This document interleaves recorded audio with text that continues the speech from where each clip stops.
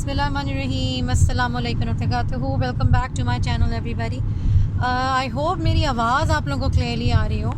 मैंने कहा कि जी मैं वापस जा रही हूँ अपने घर सिटी से, तो इस टाइम को मैं अवेल करूँ और आपको सीनरी देखने के अलावा यानी दिखाने के अलावा एक बहुत इम्पॉर्टेंट आजकल न्यूज़ आर्टिकल आया हुआ है अबाउट अ स्कैम।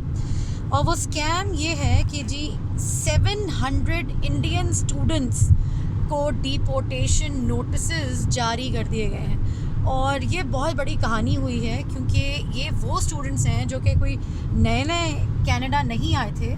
ये वो हैं कि जिन्होंने अपनी यहाँ पे पढ़ाई कंप्लीट की, उसके बाद उनको डिग्रीज़ भी मिल गई, उनको पोस्ट ग्रेजुएट वर्क परमिट्स भी मिल गए, और उसके बाद जैसे ही उन्होंने अपना पीआर के लिए फ़ाइल किया तो उनको ये फ़ाइंड आउट किया कैनेडियन अथॉरिटीज़ ने, जो वीज़ा अथॉरिटीज़ एंड ऑल है, जो उनके पूरे फाइल्स को चेक कर रहे थे फॉर पीआर पर्पसेस, कि उनके जो ऑफ़र लेटर्स है, यूनिवर्सिटी ऑफ़र लेटर्स, वो फेक थे। और उस बिना पर उन्होंने एक फ़्रॉड केस बना के उनसे, ऑब्वियसली जब आपको एक केस, दूसरा केस, तीसरा केस जब इस तरह से निकलना स्टार्ट होता है तो फिर इन्वेस्टिगेशन हुई, और इस तरह से करते करते उनको ये मालूम हुआ कि देर अबाउट 700 स्टूडेंट्स जिनके जो एडमिशन लेटर्स है, जिसे आप ऑफ़र लेटर्स कहते हो यूनिवर्सिटी से, वो फेक निकले। और कहानी ये है कि ऑब्वियसली ये सारे के सारे 700 स्टूडेंट्स इंडिया से बिलोंग करते थे, जालंधर से। और स्पेसिफ़िकली ये एक एजेंट के थ्रू इन सारे स्टूडेंट्स ने अपना प्रोसेस करवाया था, इंटरेस्टिंगली।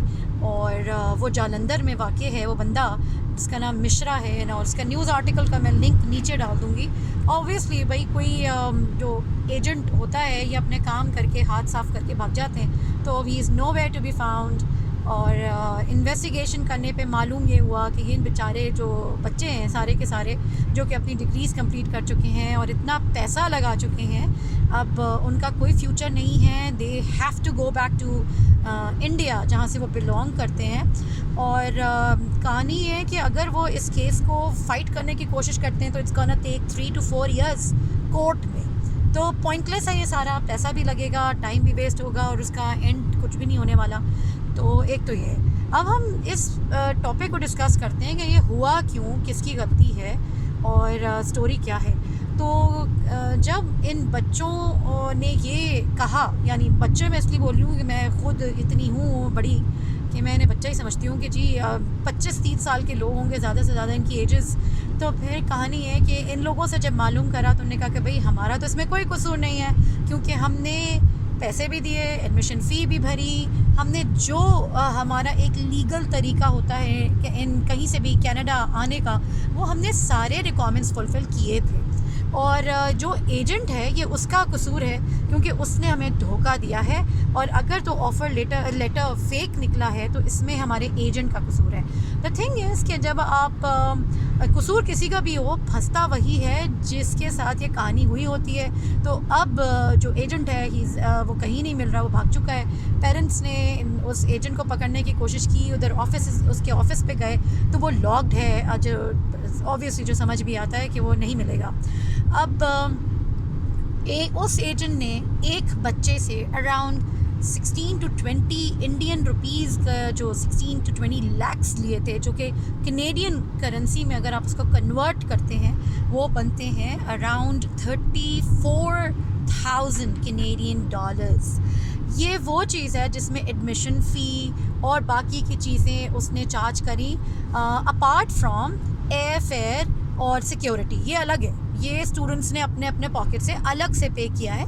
लेकिन उसके अलावा उसने एक एक बच्चे से तकरीबन आप समझे 20 इंडियन रुपीज़ में लैक्स, इंडियन 20 lakhs लिए, जो कि अराउंड 34 कैनेडियन डॉलर्स बनते हैं। Just imagine times 700 students.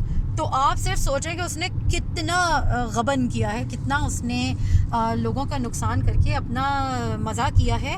और द थिंग इज़ कि जब स्टूडेंट्स का इंटरव्यू लिया गया, ऑब्वियसली न्यूज़ एजेंसीज़ ने उनकी मालूम करने की कोशिश करी कि भाई असल वाक़या क्या है। तो स्टूडेंट्स ने ये बताया कि जब वो कनाडा लैंड हुए, क्योंकि उन ऑफ़र लेटर्स पे उनको वीज़ा तो दे दिया कैनेडियन गवर्नमेंट ने, जब वो वीज़ा लेके स्टूडेंट वीज़ा जैसे आप बोलते हो, स्टडी वीज़ा जैसे आप बोलते हो, तो जब वो कनाडा लैंड हो गए और यहाँ पहुँचे तो उस बंदे का यानी मिश्रा जो कि एजेंट था जिसकी इमिग्रेशन कंसल्टिंग सर्विस है, उसका फ़ोन आया इन सबके पास बारी बारी। ऑब्वियसली 2018 से उसने ये कहानी करना स्टार्ट की है 2022 तक, यानी तकरीबन 5 साल वो ये अपना ड्रामा करता रहा है।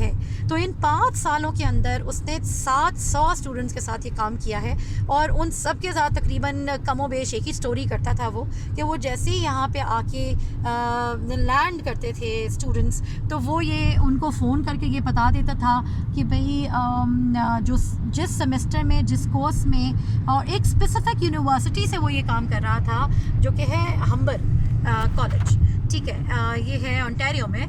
वो एक स्पेसिफिक यूनिवर्सिटी को उसने पिन पॉइंट किया हुआ था कि वो उनमें एडमिशन करवाता था बच्चों का, जो कि फ़ेक ऑफर लेटर्स के थ्रू होता था।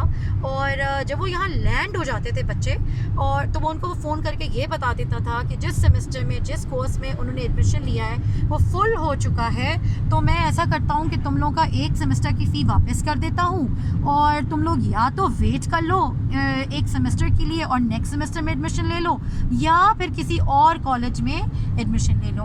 अब थिंग है कि अगर कोई आपको पैसा वापस कर रहा है तो ऑब्वियसली आपको ये फीलिंग आती है कि वाह भाई कितना नेक इंसान है जो हमारा ख्याल करके हमें पैसे वापस कर दे रहा है। तो वो उस पर ट्रस्ट ज़्यादा होता चला गया। तो किसी एक बच्चे ने भी, यानी एक स्टूडेंट ने भी यूनिवर्सिटी को कांटेक्ट नहीं किया और कि भाई हमारा जो भी है अपने डॉक्यूमेंट्स के बारे में, क्योंकि उन्हें शक भी नहीं गुजरा कि वो एजेंट उनके साथ ड्रामा कर रहा है। हुआ ये कि भाई बहुत सारे स्टूडेंट्स ने उस कॉलेज के बजाय कोई और चीपर यूनिवर्सिटी या और कोई अगर उनको ऑप्शन मिला, instead of wasting their 6 months यानी एक सेमेस्टर को ज़ाया करने के बजाय, उन्होंने क्या किया कि किसी और कॉलेज में या किसी और यूनिवर्सिटी में एडमिशन ले लिया, अपनी डिग्रीज़ को कंप्लीट किया और पोस्ट ग्रेजुएट वर्क परमिट भी माशाल्लाह उन सबको मिल चुका था। और जैसे ही उन्होंने पीआर के लिए अप्लाई किया, उनको ऑफ़र लेटर्स, जब उनकी डॉक्यूमेंट्स को, ऑब्वियसली आपको पता है पूरा अच्छी तरह से स्टडी किया जाता है केसेस को, जब केस फाइल होता है पीआर के लिए, तो ये पता चला कि जी वो सारे के सारे ऑफ़र लेटर्स फेक निकले। इन चीज़ों में जो नुकसान हुआ वो तो हुआ स्टूडेंट्स का और उनके माँ बाप का, जिन्होंने अपने बच्चों के एक ब्राइट फ्यूचर के लिए उनको अपनी जमा पूंजी, किसी ने अपना प्लॉट बेचा होगा, किसी ने अपनी ज़मीन बेची होगी, ज़िंदगी भर की कमाई जो उनकी सेविंग्स थी वो अपने बच्चों के ब्राइट फ्यूचर, ऑब्वियसली अल्टीमेटली फिर उन और बाकी लोगों के फ्यूचर के लिए भी उन्होंने लगा दिए, जो कि डाउन द ड्रेन चले गए। क्योंकि इन 700 इंडियन स्टूडेंट्स को डिपोर्टेशन लेटर मिल चुके हैं and they have no other way out other than going back to their country. तो इन सब चीज़ों से जो हमें सबक हासिल होता है वो ये हासिल होता है कि जब भी आप अपना किसी भी एजेंट को अगर आप हायर करते हो, लेट्स सपोज, क्योंकि मैं हमेशा ये कहती हूँ कि इट्स नॉट नेसेसरी कि आप कोई एजेंट हायर करो, क्योंकि आप ये प्रोसेस आप खुद कर सकते हो। लेकिन इन केस लेट्स सपोज अगर आप हायर करते हैं तो जस्ट मेक श्योर कि जिस एजेंट को आप या जिस इमिग्रेशन कंसल्टेंट सर्विस को आप हायर कर रहे हो वो ऑथेंटिक हो, वो रेगुलेटेड हो, उसके पास उसका लाइसेंस हो प्रैक्टिस करने के लिए। एक तो नंबर 1 ये हो गया, ठीक। नंबर 2 ये हो गया कि उसका ऑथेंटिसिटी, उसकी रिलायबिलिटी, कोई उनके जो ओल्ड कस्टमर्स हो जो उनकी सर्विसेज को पहले यूज़ कर चुके हों, उनके थ्रू आप कंफर्म कर लीजिए कि क्या वो एजेंट सही है, क्या वो आपको धोखा तो नहीं दे रहा या नहीं देगा in future. This is very very important. इसके अलावा आप ये भी देख लीजिए कि भाई जो यूनिवर्सिटी में आप एडमिशन के लिए सोच रहे हो या एडमिशन आपने ले लिया है, क्या वो कैनेडियन DLI लिस्ट पे मौजूद है या नहीं है, ठीक है, डेजिग्नेटेड लर्निंग इंस्टीट्यूट्स की लिस्ट पे मौजूद है या नहीं। ये CIC की वेबसाइट पे मैं अक्सर अपने वीडियोस के नीचे उसके लिंक भी शेयर करती हूँ, लेकिन आप खुद भी जाके देख सकते हो कि भाई वो कॉलेज यूनिवर्सिटी DLI की लिस्ट में मौजूद है या नहीं है। अगर मौजूद है तो वो आपको पोस्ट ग्रेजुएट वर्क परमिट देता है या नहीं देता है, क्योंकि ये चीज़ें बहुत बहुत बहुत ज़्यादा इम्पॉर्टेंट हैं। और तो ये सिर्फ एजेंट को ब्लेम करने की कहानी नहीं हो सकती। You have to play a very very active role इस पूरे प्रोसेस में, क्योंकि पैसा, एनर्जी, टाइम, मेहनत ये सब आपका है। ठीक है, एजेंट तो अपना काम करेगा, पैसे बना रहा है, उसको किसी का कोई दर्द नहीं है, उसका तो बिज़नेस है, वो तो बिज़नेस कर रहा है। ठीक है, नहीं तो ये मशवरा है आप लोगों को कि अल्लाह करे सबके लिए मुश्किल आसान हो। उनका दर्द तो वही जाने जिनके नुकसान हो चुका है, but it's a big scam. छोटे मोटे स्कैम्स तो हर कनाडा में या और जो कंट्रीज़ हैं उन सब में होते ही होंगे डेफिनेटली, क्योंकि एजेंट्स ने अपनी जो दुकानें चमकाने के लिए बहुत सारे लोगों ने अपने खोले हुए हैं, जिनका कोई एक्सपीरियंस हो ना हो। देखिए, ये याद रखिएगा कि करप्शन हर जगह है। तो मैं ये नहीं कहूँगी कि जी कनाडा में नहीं है, यहाँ पे भी अंदर अंदर कहानियाँ होती होंगी। एजेंट्स अकेले ये काम नहीं कर सकते, ये याद रखिएगा। उनके अंदर कोई ना कोई किसी कॉलेज में इधर उधर उन्होंने अपने कुछ ना कोई लिंक्स होते हैं। ठीक है, तो इन सब चीज़ों में ये लोग सब तो पैसा कमा चुके हैं। जो नुकसान हुआ वो पेरेंट्स का हुआ, फैमिलीज़ का हुआ, उन बच्चों का हुआ जिनके 4-4, 5-5 साल की डिग्रीज़, मेहनत, उम्मीदों सब पे पानी फिर गया। तो एक तो ये मेरा मशवरा है, और तो बस ये याद रखिएगा कि बस ख्याल रखिए, और अंधा जैसे कहते हैं ना, ब्लाइंड ट्रस्ट किसी पे मत कीजिएगा आप। ठीक है, और दुआ में याद रखिए। इंशाल्लाह किसी और वीडियो के साथ मैं मिलूँगी। मैंने कहा जी ये टाइम सेव कर लूँ, तो आप ये देख लीजिए। हम घर वापस जा रहे हैं विनिपेग से, और घर बस मेरे ख्याल है another 45 minutes and we'll be home।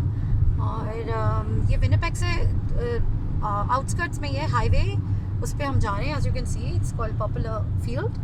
और चलें इंशाल्लाह नेक्स्ट वीडियो में मिलेंगे, तो हमें याद रखिएगा। Don't forget to like, share and subscribe to my channel. अस्सलाम वालेकुम व रहमतुल्लाहि व बरकातहू।